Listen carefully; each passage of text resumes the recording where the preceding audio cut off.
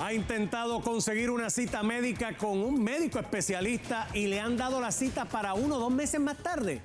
Pues sepa que ahora mismo está en el limbo una ley de incentivo a los médicos que puede causar un segundo éxodo de galenos que solo podría empeorar la salud de nuestra isla. Y hoy le presentamos de qué se trata.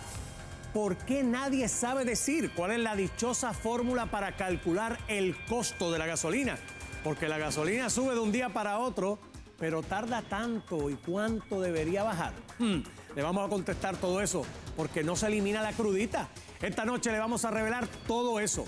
Y surge nueva información sobre funcionario público, desde viajes a España hasta revelaciones de reuniones que explican por qué tiene una escolta que no le corresponde tener. Todo eso y mucho más lo va a descubrir en Ahí está la verdad, que comienza ahora.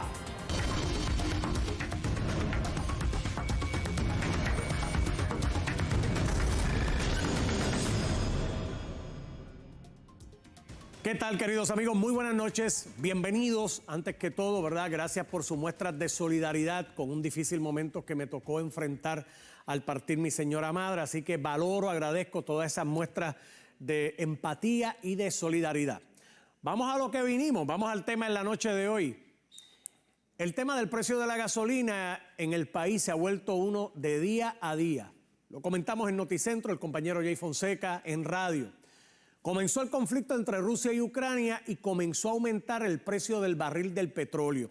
En Puerto Rico se volvió una controversia por lo rápido que se elevaron los precios cuando no habíamos recibido ni una gota de petróleo nuevo en la isla, o sea que teníamos almacenado. Mucho se ha especulado, pero la realidad es que no se habla de cómo se calcula y cuáles son los factores que varían su valor. ¿Cuál es la razón que permite este aumento tan acelerado? ¿Son los detallistas, los mayoristas o los distribuidores? ¿Dónde radica el problema? ¿Qué soluciones hay para mitigar a lo largo y a largo plazo el costo de la gasolina? ¿La gasolina es de buena calidad o le echan agua?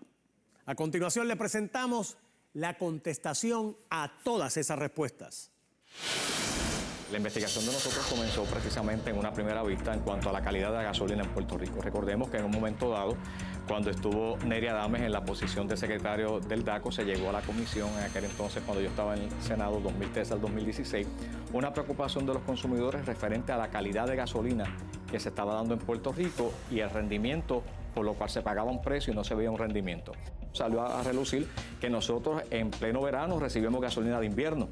Y la gasolina de invierno pues no es el mismo rendimiento por los componentes que trae para evitar que la gasolina pueda ir encendido más rápido cuando cambian las temperaturas bajas, y eso trajo a colación unas expectativas que se dieron, incluyendo unas multas que estableció la Oficina de Asuntos del Consumidor referente a la distribución de la gasolina, la calidad, y algo bien importante: existe una ley que le obliga al detallista a que una vez el mayorista suple la gasolina, yo como consumidor tengo derecho a conocer cuáles son los componentes que tiene la gasolina que le estoy echando a mi vehículo. Eso nos trajo a una segunda vista para conocer más de cerca cómo se estaba trabajando en Puerto Rico el precio de la gasolina, el efecto que definió da con esa vista pública, el efecto pluma cohete. Y aquí, Normando, yo quiero que pluma cohete, pues que el pueblo pueda entender, porque pluma cuando baja la gasolina dramáticamente, que aquí se refleja a los 3 o 4 o 7 días, y cohete es que a las 12 o 24 horas automáticamente sube. Eso nos trajo a colación en la discusión, en el análisis de los 9 mayoristas que tiene Puerto Rico y 5 de estos mayoristas que son importadores de combustible en la isla. El precio de la gasolina no lo determina ningún país en particular, lo determina el mercado en las bolsas de valores con unos precios que ya están referenciados. Y me parece a mí que ningún país tiene el poder, la autoridad ni la influencia suficiente para determinar cuáles serían los precios de gasolina en un momento dado. Usualmente hay unas personas, se llaman traders, que son los que le venden la gasolina a los mayoristas de gasolina en Puerto Rico. Ese trader se lo vende al mayorista y el mayorista lo almacena en sus tanques. Pero hacen un contrato, una especie de seguro, un contrato de cobertura, en el que una vez está despachado en el tanque, ese producto pasa a manos otra vez del trader. Y aunque yo tengo mi producto almacenado, en ese contrato de cobertura se establece que el precio de esa gasolina va a cambiar y va a fluctuar de acuerdo a lo que está el mercado internacional durante ese día. Aunque Puerto Rico almacene gasolina, y aquí hay gasolina almacenada para 65, 70 días, lo cierto es que esa gasolina que está almacenada va a continuar comportándose de acuerdo al mercado internacional. Porque, por ejemplo, yo compro tantos galones de gasolina o tantos barriles de gasolina, no importa el término que se utilice, y si el precio cambia, es más alto al nivel internacional y hay una regulación particular de que me impide que se comporte de esa forma, lo que puede provocar es que ese país que tenga una regulación distinta a cómo se comporta el mercado internacional no tenga gasolina en un momento dado. ¿De verdad? Claro, porque por ejemplo, si yo tengo unos tanques de gasolina, y por poner un ejemplo, te los vendía $3 el galón, pero de repente la situación internacional provoca que ese producto cotice a $4 el galón, ¿qué va a pasar? Yo voy a buscar un mejor mercado para vender mi producto o para trasladar mi producto y que obtener una ganancia mayor. La ley de gasolina en Puerto Rico de 1978 trae a colación una figura bien importante que es ese comité de gasolina y quien lo preside. Y para sorpresa de nosotros, lo corre el Departamento de Desarrollo Económico y no conocían que le tocaba administrar la ley de gasolinas en Puerto Rico. Y al discutirlo y ampliarlo, nos traen a colación que sí, que van a estar convocando el comité para discutir esa fórmula y cómo podemos trabajar con la cantidad de gasolinas que llega a Puerto Rico versus el asunto de la cadena cuando cambian estos mercados que son bien volátiles. La ley de gasolina tiene un problema bien grave y es que el secretario de Hacienda, que es el que trabaja con el impuesto y la fórmula, no está incluido en el comité de evaluación de gasolina. Y ahora, pues, cuando nos encontramos con esta situación, estamos trabajando un proyecto para traerlo y atemperarlo, que la figura del secretario del Departamento de Hacienda tiene que estar incorporado en la Ley de Gasolina de Puerto Rico, que es el que le toca fiscalizar el impuesto de los 17 centavos, el impuesto de la curvita y los otros impuestos que se le colocan al barril, porque Hacienda no está en la fórmula del Comité de Evaluación de la Gasolina. ¿Es un negocio tener una estación de gasolina hoy en día, Esdras? Bueno, la realidad es, no te voy a decir que no, porque yo llevo ya varios años en esto. Si es para un negocio nuevo que entre, pues se le va a hacer cuesta arriba.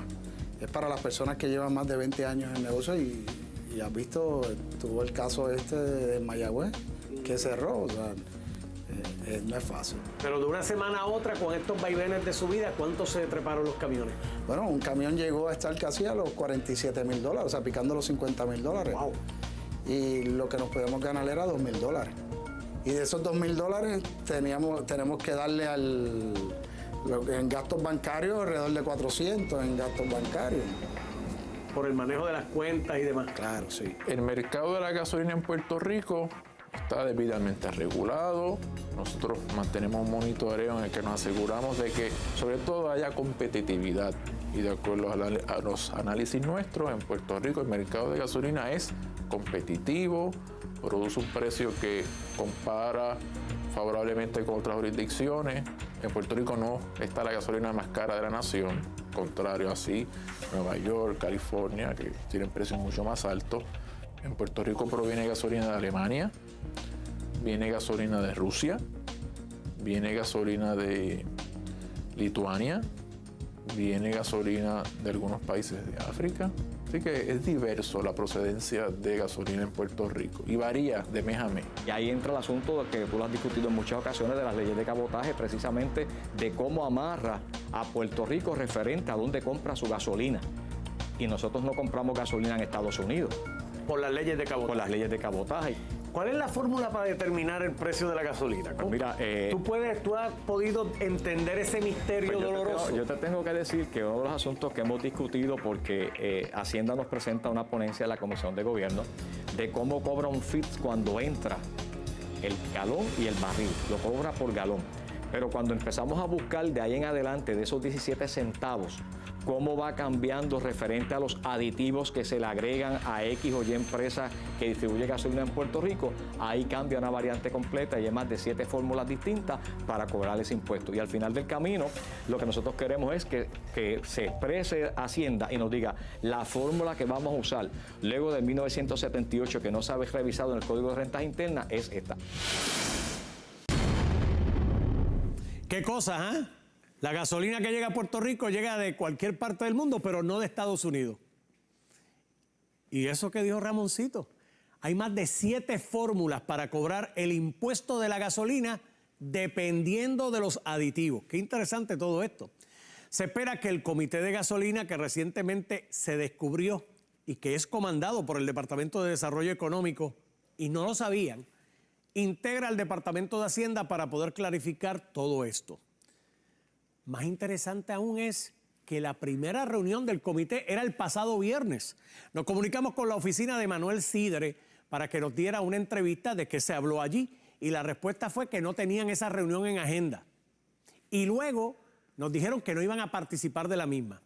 No nos respondieron las razones, no nos dieron explicación adicional. Lamentablemente, cuando es un tema que compete de manera de emergencia para darle un alivio a usted, a mí y a todo el país. Aún así, la pasada semana hubo una mesa redonda sobre la gasolina donde se habló de que el Departamento de Hacienda no veía posible la eliminación de la crudita, que son unos 16 centavos por galón mínimo. Esto antes de los aditivos.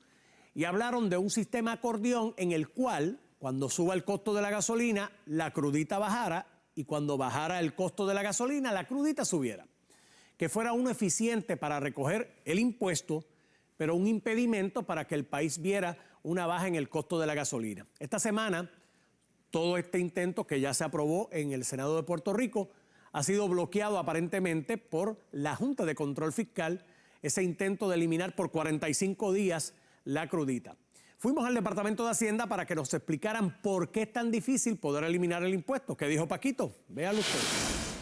Nosotros tenemos un requisito establecido en el plan fiscal que requiere que cualquier cambio en normativa contributiva, cualquier reducción venga acompañado de un aumento en otro componente contributivo.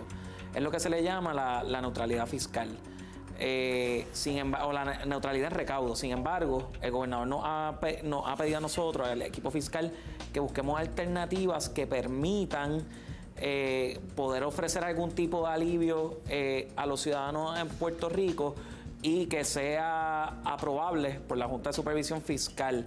En ese ejercicio, obviamente, nosotros no descartamos nada, pero sí reconocemos que en el proceso de buscar una alternativa sobre esto, tenemos, ¿verdad?, que considerar cuál es la posición de la Junta, que si no me equivoco, no he visto todavía el contenido de la carta que recién salió, luce que ya han mostrado reparo con que se presentó una pieza legislativa que elimina temporariamente el cobro de este impuesto sin tener una fuente de repago.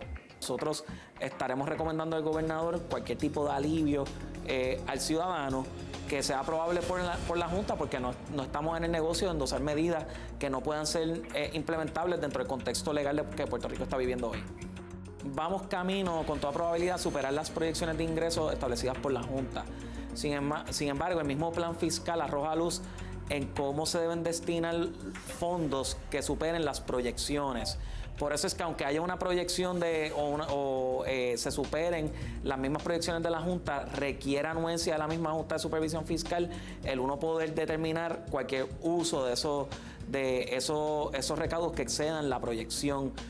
El crédito por trabajo llegó, yo creo que en el mejor momento posible, donde los sectores laborales de Puerto Rico más vulnerables ya tienen 500 millones depositados en sus cuentas de banco como consecuencia de este crédito por trabajo. Para poner en perspectiva la magnitud de esto, Normando, la crudita podría representar como unos 500 millones de dólares en recaudo aproximadamente un año fiscal. Y ya de por sí, estos sectores más vulnerables que han radicado la planilla han recibido este crédito por trabajo que de alguna manera ayuda a paliar estos retos económicos que estamos viviendo. Bueno, déjeme ponerle un poquito en arroz y habichuela lo que ha dicho nuestro secretario del Departamento de Hacienda. Aún teniendo un excedente en el Departamento de Hacienda, en los recaudos. La Junta es quien tiene la última palabra para permitir y decir en qué se usa según la ley. Aunque la intención sea mover ese dinero de un lado a otro, si la Junta no lo aprueba, no se puede.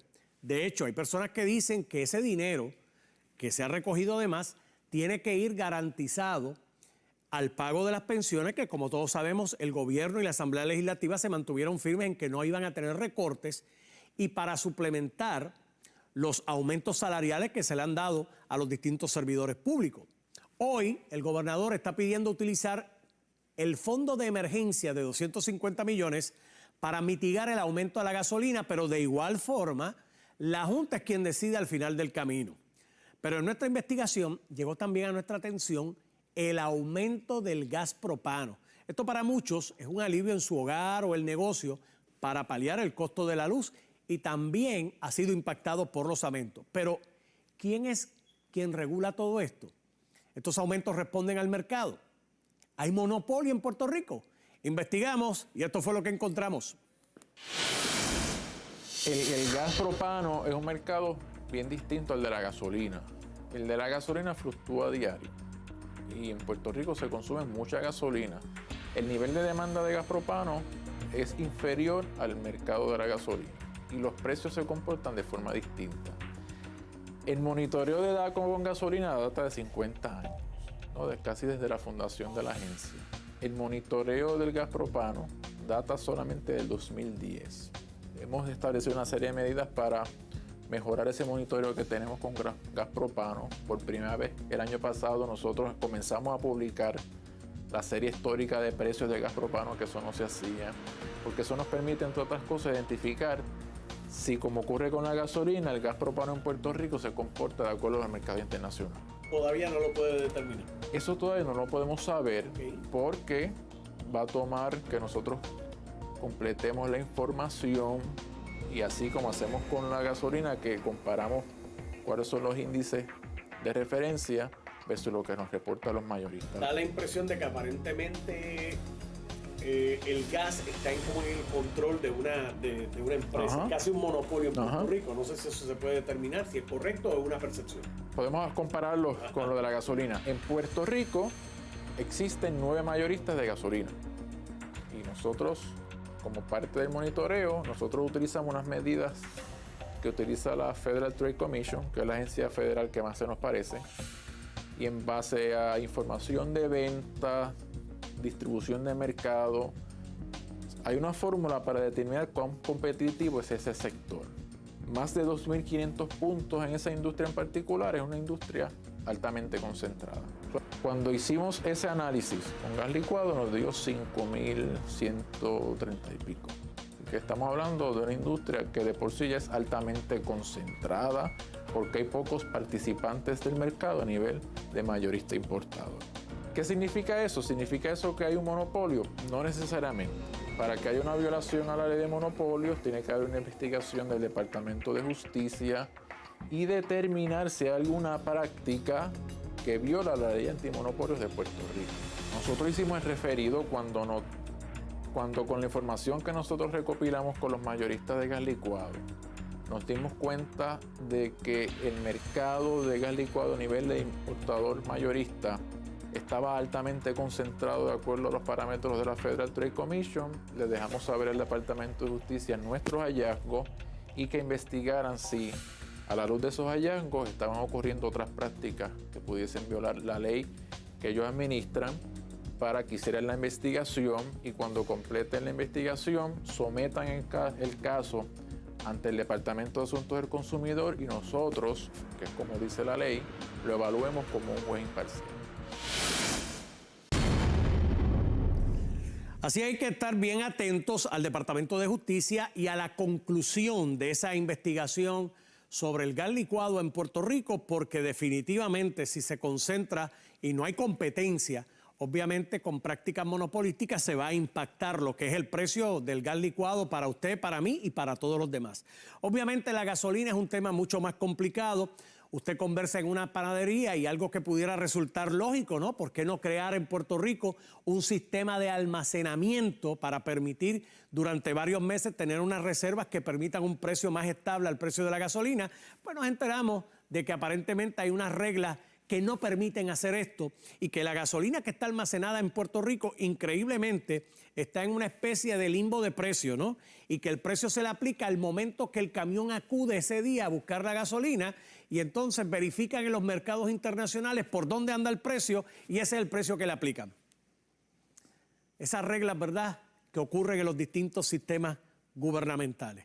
Lo cierto es que todos los gobiernos, la República Dominicana y otros hermanos países, están buscando acciones que permitan poder bajar el costo de la gasolina, porque todos sabemos que esto es un círculo. Sube la gasolina, los productos que llegan al supermercado y a las tiendas, ¿por dónde se transportan? Por las carreteras, por camiones que gastan ciertamente combustible. Así que hay un reto grande, porque si no vamos a tener una superinflación que ya está viendo los resultados de la pandemia, de la guerra en Ucrania y de la fluctuación de la gasolina. Complicado el panorama. Pero les voy a contar lo que está pasando con los médicos especialistas y estamos en el umbral de un segundo éxodo de estos profesionales. Les cuento al regreso en Ahí Está la Verdad.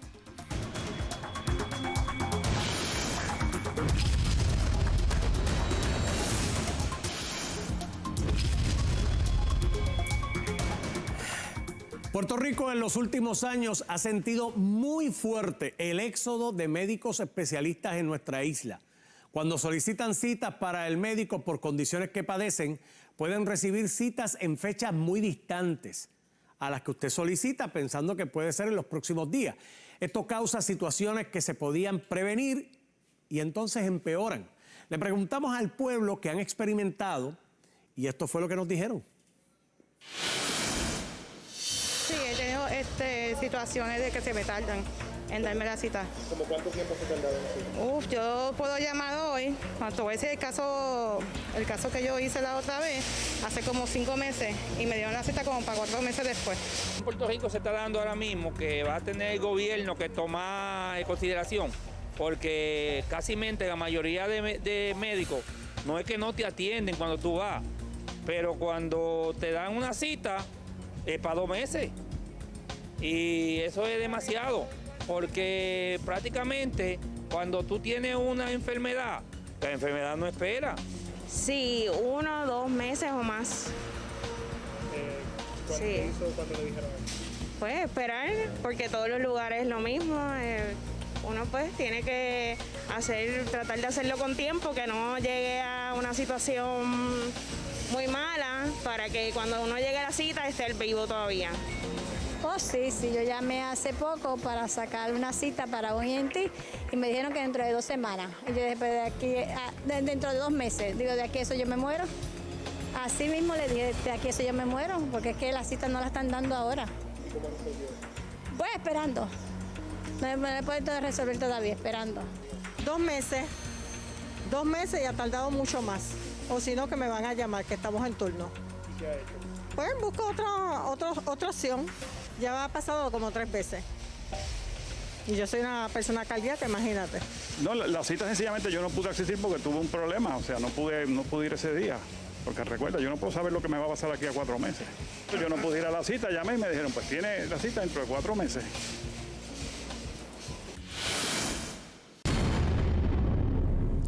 Ahí ustedes ven las reacciones de gente de carne y hueso. No son cuentos de camino, son ciudadanos. Incluso a nuestra producción llegó información de un caso de una persona con problemas de presión alta que llamó al cardiólogo en febrero. ¿Sabe para cuándo le dieron la cita? Para septiembre. Eso es inaceptable. Pues sepa usted que en Puerto Rico se han intentado dar incentivos contributivos para evitar que la clase médica siga yéndose del país. Lo que inicialmente fue la Ley 47 del 2017 de la Ley de Incentivos para la Retención y Retorno de Profesionales Médicos. Esta luego fue enmendada por la Ley 47 del año 2020. Esta nueva enmienda extendía el beneficio a más profesionales, además de eliminar requisitos de especialidad, determinación de escasez de especialistas en su área, tipo, cantidad, área geográfica. Pero esa ley, bajo el radar, fue detenida por la Junta de Control Fiscal el pasado 23 de diciembre del año 2020, donde el tribunal determinó que no se podía implementar. Esta determinación fue apelada en el Tribunal de Apelaciones de Boston y al día de hoy no hay un veredicto sobre ella. Esto mantiene la fe, pero en vigilia, a la clase médica del país. Y para que nos ponga un poco más en perspectiva y explique más sobre esta importante ley para la clase médica y al fin y al cabo para usted y para mí, qué va a significar si no es aprobada, tengo conmigo al actual presidente del Colegio de Médicos y Cirujanos de Puerto Rico, el doctor Víctor Ramos. Saludos, doctor. Buenas noches, gracias por la invitación. Qué bueno verle aquí. ¿Qué hay con esto? ¿Hay alguna novedad en el Tribunal de Boston? Desde septiembre del 2021 están sometidos todos los alegatos de cada una de las partes y todas que hay réplicas y contrarréplicas, ya se acabaron todos los términos. Lo que falta es que el tribunal decida, pero desde septiembre del 2021 no ha decidido. Es importante que a diferencia de otras leyes que se eliminan, como fue la ley de retiro digno, la del PAYGO, esta ley se declara en moratoria. Si el gobierno hace una certificación que cumpla con el plan fiscal, puede hacer que estas leyes que están en state puedan ocurrir. El gobierno dijo que valía 40 millones, pero no identificó los 40 millones. También está la ley 138, que es la de los profesionales jóvenes, para que los cojan en las redes. Okay. La Junta dice que eso va a costar dinero. Esta ley no habla de que le paguen más, habla de que lo cojan en las redes. Que los recluten. Y no los están chantajeando por año y medio. Pues eso también lo declararon state y yo no entiendo dónde está el costo de eso. La otra que declararon state es la de los PBM, la ley 82. Pero la ley de los PBM, el Tribunal Supremo de Estados Unidos determinó que los estados podían regular los PBM. Así que el gobierno, cuando se mete una certificación, el Tribunal Supremo dice que los estados somos los que lo hacemos, deberían poder y identificar los 40 millones. Ahora mismo se liberaron 500 millones por el esfuerzo que estamos haciendo el grupo de Medicaid y Medicare. En Puerto Rico. Doctor, ¿cuántos médicos se han ido mal tasados de la isla por las distintas condiciones que no le pagan los planes médicos o porque ciertamente estos incentivos pues no le funcionan? Nosotros éramos 14.000 en el 2006. En el 2007 llegamos a ser 9.000 y ahora ni sube ni baja. Los que entran son los mismos que salen del sistema. Pero nosotros tenemos que llegar a esos 14.000 para poder resolver este asunto de las citas y de lo que hablaban los pacientes. Esta ley originalmente era para médicos. A otros profesionales se lo otorgaron a todos. La mayoría de los médicos los dejaron fuera. Solo tienen 3.000 de los 9.000 médicos. Okay. Dejaron fuera a todos los generalistas, a los pediatras de ciertas áreas, incluyendo al presidente del Colegio Médico, para los que dicen que tengo decreto, y a los internistas de ciertas áreas. Lo que va a pasar cuando acabe la pandemia, va a haber un éxodo masivo de médicos primarios que se sienten atropellados por las aseguradoras y discriminados por el gobierno. ¿Cuántos pudieran ser esos médicos, doctor? Hay 6.000 médicos sin decreto. Sin decreto, wow. Ahora mismo recibimos 3 y 4 ofertas diarias al celular. Antes, los más que ¿De los Estados Unidos? Sí, antes las ofertas principales de los reclutadores venían a los especialistas porque le pagaban más por los especialistas. Pero como los especialistas tienen decreto, a quienes están haciéndole lobby, mandándole 3 y 4 ofertas diarias, es a los primarios. A los primarios. ¿Qué oferta? ¿Cuán tentadora es la oferta que pudiera llegar? Póngame en perspectiva. 2, 3 veces lo que te ganas aquí. No 2 o 3 veces de lo que se ganan aquí. No tienes que pelear con los planes médicos. Un sueldo fijo. Te mudan. Te pagan el colegio de los nenes por un año. La casa donde vas a estar por un año. Es bien tentador. Si esto no prevalece la apelación en el Tribunal de Boston, ¿qué va a implicar? ¿Que esos médicos simplemente...? Sí, va a haber, y yo creo que tiene que haber otras cosas. Por ejemplo, esta ley tiene una ventana.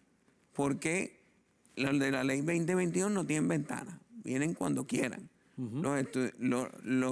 Los médicos se gradúan todo el tiempo. Correcto. Hay médicos que quieren volver todo el tiempo. ¿Por qué la ley tenía que tener una ventana? ¿Por qué la Junta se comporta de manera caprichosa cuando el tema de la salud es uno de prioridad? La Junta siempre, en todo lo que ha decidido sobre salud, ha sido a favor de las aseguradoras. Cada vez que las aseguradoras pierden algo en la legislatura, el gobernador la firma, salen corriendo por la Junta Fiscal. Antes de Yaresco, el director ejecutivo de la Junta Fiscal era el expresidente de Triple S. que no se lo olvida a la gente. O sea que tenía una línea directa ahí con ese sector. Y tiene. ¿Y hay fuerte cabildeo? ¿Corre dinero en ese cabildeo?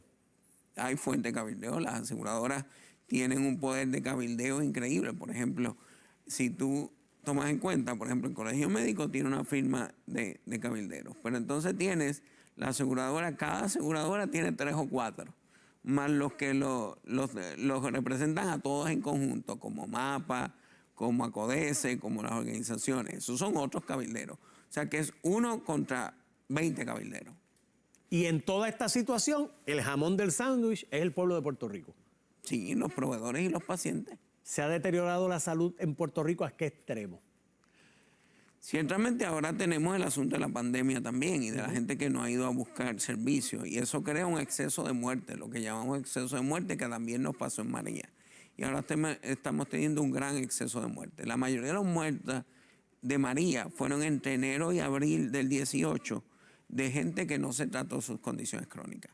Así que nos preocupa el exceso de muerte que va a haber este año y el próximo, porque ya hubo exceso en el 21, pero este año debe ser mucho más. Por personas que o por miedo no acudieron a atenderse sus rutinas de sus distintas condiciones, o personas que no consiguen un acceso pronto para que el especialista los vea. Y ahora hay proyectos de ley importantes. Por ejemplo, estuvimos discutiendo en la legislatura uno del representante de Denis Márquez para declarar que la gente que tenga un daño por una aseguradora pueda demandar a la aseguradora.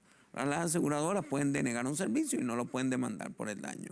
Y también le dijimos, eso está bien, pero eso es después que hubo el daño. Nosotros creemos que en la prevención, y ellos siempre tienen unas cláusulas de arbitraje donde el árbitro lo pagan ellos, y el 98% de las veces, a menos que sea tan obvio, falla a favor de ellos.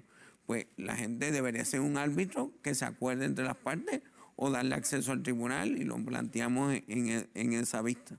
Toda esta situación, ¿cómo pudiera agravarse? Porque hay un tema ahora de acreditación con el recinto de ciencias médicas, que es donde se forman los médicos en Puerto Rico. Médicos que son, oiga, y lo acaba de corroborar el doctor, anhelados y buscados en los Estados Unidos. ¿Qué va a representar? Yo creo que es importante el recinto de ciencias médicas, su facultad y sus estudiantes, y yo como egresado del recinto de Río Piedras, el recinto de ciencias médicas y el Hospital Pediátrico Universitario, me siento orgulloso de la facultad de los estudiantes. En el parámetro 5 y 6 de calidad educativa no hubo ningún señalamiento.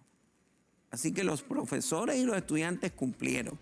Todos los señalamientos están en el asunto fiscal, que el recinto no controla.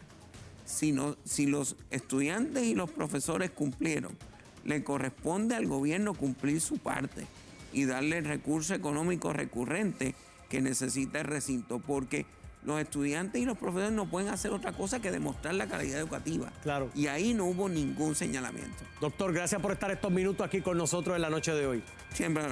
Oiga, la educación siempre es una inversión. Vamos a ver si nos lo metemos en la cabeza. Y vamos a estar atentos a este caso, porque aquí está en juego, oiga, lo más preciado de un ser humano, la salud. Y ahí está la verdad. Regresamos en breve.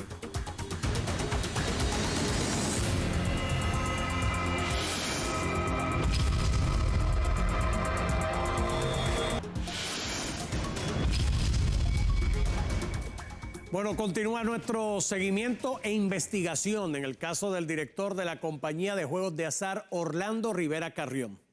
En las pasadas ediciones revelamos la aprobación de alegadas corporaciones fantasma, la aprobación de permisos a corporaciones creadas para familiares y evadir el reglamento, participar en chats de dueños de máquinas ilegales que él debería regular y eliminar, cercanía a figuras y operadores de máquinas que se supone él regule. Y en esta ocasión vamos a ampliar sobre alegados viajes a diferentes partes del mundo pagados por una compañía que casualmente estaba contratando para que prácticamente interconectara todas las máquinas del país de manera online y otros detalles importantes.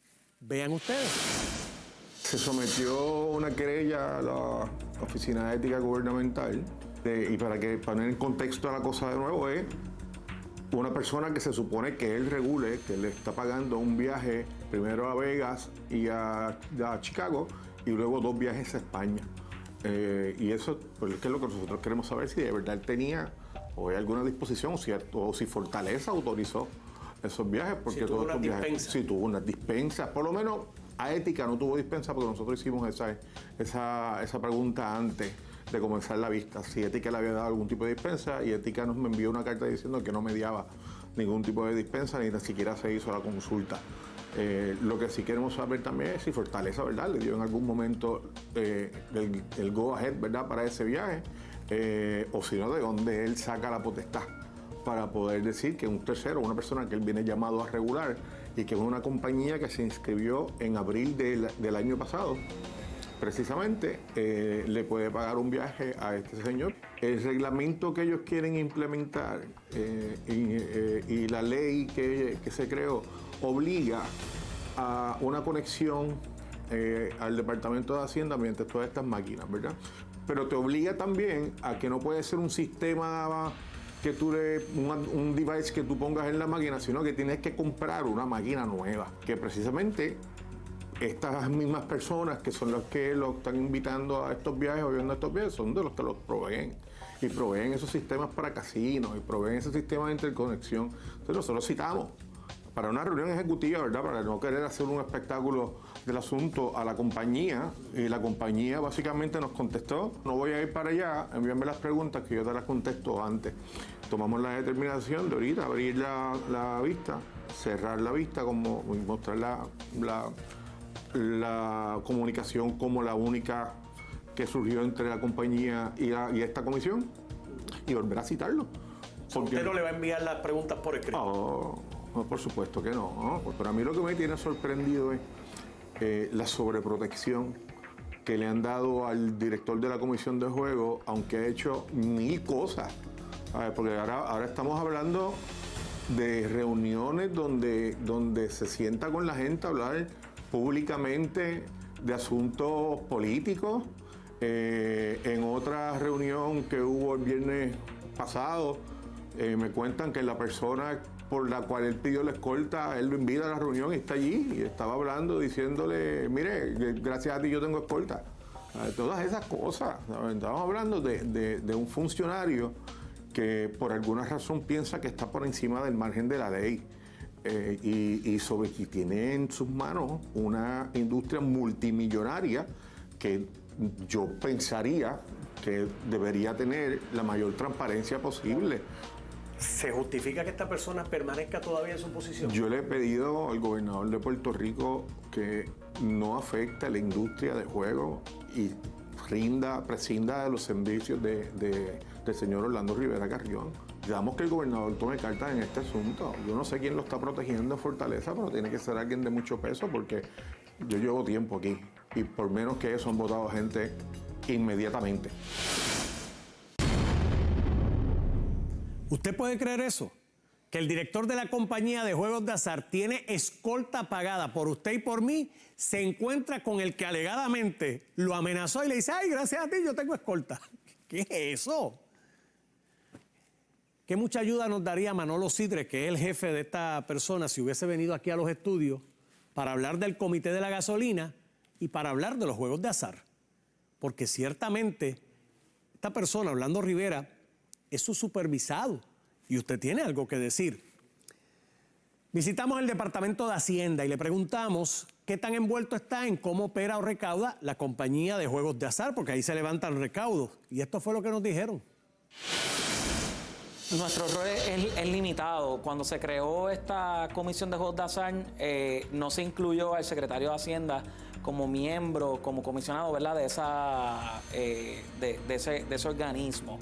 Nosotros acá, nuestra injerencia es bastante similar a la injerencia financiera de otras agencias, donde pues custodiamos en cierta medida los fondos públicos, destinamos los recursos a los que el presupuesto autoriza a que se desembolse, y naturalmente pues todavía se encuentra la figura de las máquinas de entretenimiento para adultos que podrían tener una licencia del Departamento de Hacienda. Estas no son las que estarían autorizadas a poder pagar premios, así que como quiera nosotros tenemos que hacer un esfuerzo también de fiscalización de estas máquinas de entretenimiento para adultos que no están autorizadas a pagar premios, para que no compitan deslealmente con aquellas máquinas que estén debidamente conectadas ante los procedimientos que establezca la Comisión de Juegos de Azar. Y como quiera, ¿verdad?, eso no impide que nosotros colaboremos con la Comisión de Juegos de Azar, pero no necesariamente tenemos voto en en los eventos que se suban, ¿verdad? A consideración de esa junta, ¿verdad? De la Comisión de Juegos de Azar. Nosotros podríamos estar involucrados en los procesos contributivos, pero la parte operacional de estos juegos, de cómo se llevarían estas apuestas, es totalmente injerencia de la Comisión de Juegos de Azar, obviamente la gerencia, que incluye también esta rama que gobierna, ¿verdad? Esa comisión de la cual la figura del secretario de Hacienda pues no forma parte. Este país es tan ordenado, ¿eh? El secretario de Hacienda no forma parte de la Junta. Antes de la creación de la compañía de juegos de azar, esta industria estaba bajo el Departamento de Hacienda. Creo que es momento de repensar lo que está ocurriendo y reevaluar si esto debe ser operado nuevamente bajo el secretario del Departamento de Hacienda, antes que la credibilidad de esta industria millonaria se vaya al piso por las acciones de su director. Además, porque Rivera Carrión se cree tan intocable, es una gran pregunta. ¿Quién lo está protegiendo? Tenemos otros funcionarios públicos bajo la lupa, relevados de sus posiciones o hasta acusados por mucho menos que esto, y sin embargo no logramos una contestación. Pero como he reiterado en este programa, este tema no lo vamos a soltar y le vamos a dar el seguimiento que se merece, porque de ese sistema pudieran salir mucho dinero que puede resolver muchos problemas que tenemos aquí en Puerto Rico. Y ahí está la verdad. Regresamos.